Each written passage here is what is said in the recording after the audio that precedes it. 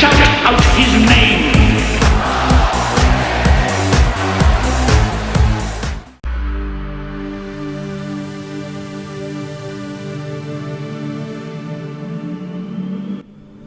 Привет, товарищи.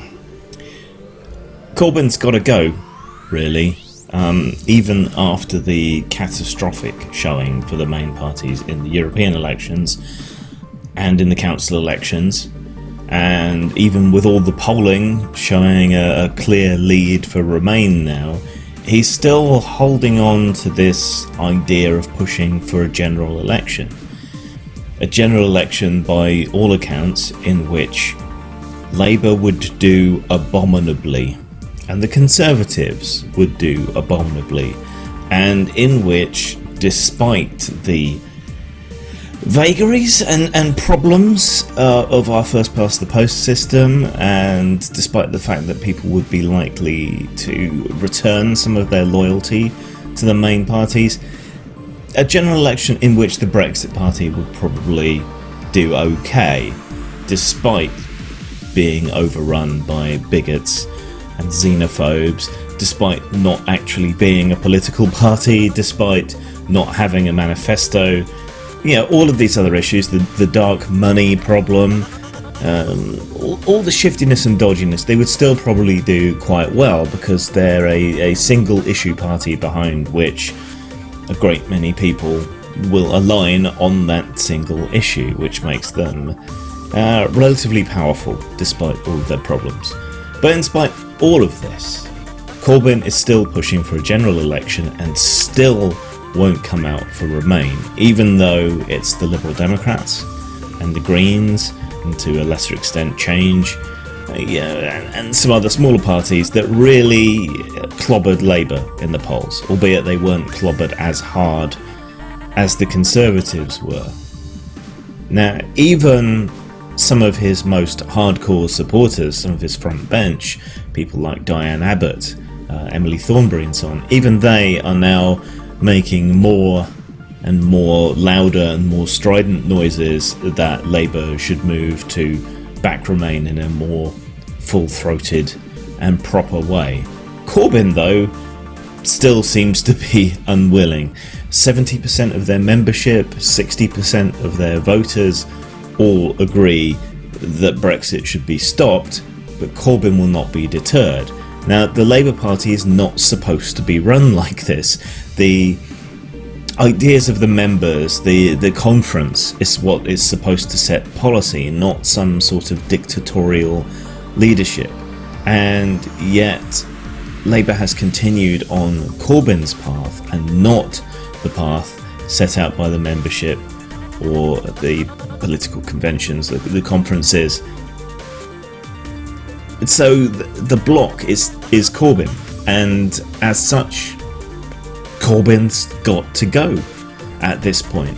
If he won't face up to reality now, what chance is there? And time is running out. He seems like he wants to run out the clock, hedging his bets and so on until later, and then try to force a general election in which Labour is likely to do very badly. So it doesn't make any sense tactically, it doesn't make any sense politically, it's not very democratic of him considering the makeup of the party and their opinions and so on. And it certainly doesn't make any sense in light of both the council and European election results. Now, everyone seems to be playing this as though the Brexit party won. And if you're on the right wing of the political spectrum, it probably does make sense to swing to the right to try and recapture some of those votes. That's probably where the Conservatives are going to end up going, with Boris Johnson probably going to become Prime Minister, even though he's dodgy as fuck and incompetent as fuck. So I think we'll see some more defections from the Conservative Party.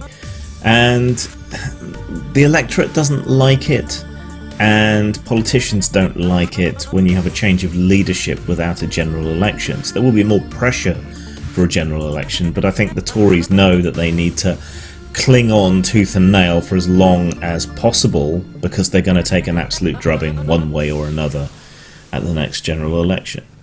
So we're probably stuck with a Conservative Party moving to the right with a buffoon as its leadership, willing to inflict suffering on the nation for no good reason, for political expediency, rather than actually caring about the nation.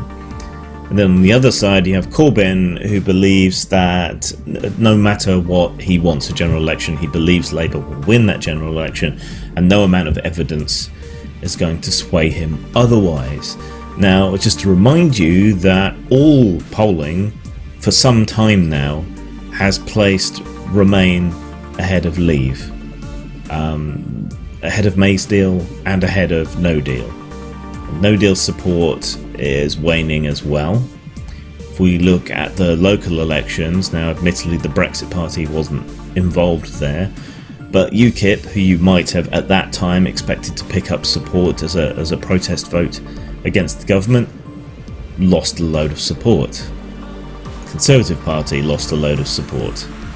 Labour lost a load of support. The main gains were the Liberal Democrats and the Greens, and the local nationalist parties. It gets confusing because there's nationalism of one kind and nationalism of another, but the Welsh and Scottish governments that are nationalist, or the parties that are nationalist, are also internationalist in that they want to be part of the international club that is the EU, but they don't want to be part of the United Kingdom for various historical and political reasons, including England wanting to leave the EU now, so that can be a bit confusing.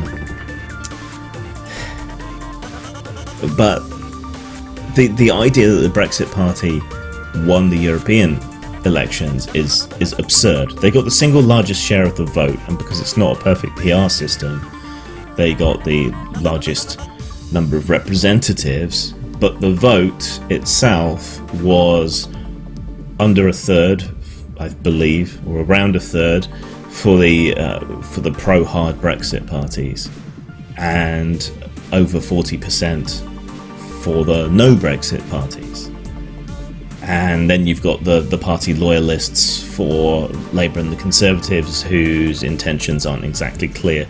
I think the pollsters reckon about 60% of Labour support of what was left would be pro-Remain, and 40% pro-Leave, and then the Conservatives 20% pro-Remain, 80% pro-Leave, which would still leave Remain in the lead if there was a second referendum on or around the margin of error. So that could still go either way, which isn't very helpful. The more explicit polling about Brexit is more encouraging, with one of the last big properly run polls saying 61% Remain, 39% Leave. It was even less than that. I think it was 35% Leave, and then the remainder was don't know. So it seems obvious, basically, from the polls, from the local elections, from the general European election, that Labour needs to get behind Remain and needs to put a stop to Brexit. There is no version of Brexit that passes Labour's supposed tests. Every single version will harm the economy, harm jobs, hit the poorest hardest, leave the government with less money in its coffers to mitigate the damage or to put into social investment. It's incompatible with a Labour view of the future.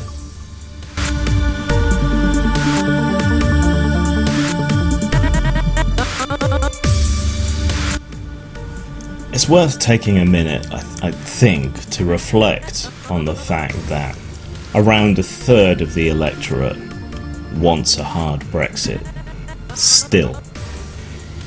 Even after everything, even after the collapse of British steel due to Brexit, even after the loss of around 300,000 jobs nationwide to Brexit, despite the damage having become obvious and manifest, the effect on inflation, the devaluing of the pound and so on, these aren't all esoteric ideas that only affect financiers and so on. By and large, they're okay. They can make money off Britain doing poorly, in fact, which can seem counterintuitive, but it's true nonetheless. So why are they still supporting it? This is a good question. Now, there is a psychological effect wherein if someone cons you and fools you, it can be very hard for you to accept that this is what has happened, and it can be very hard for you to face up to it.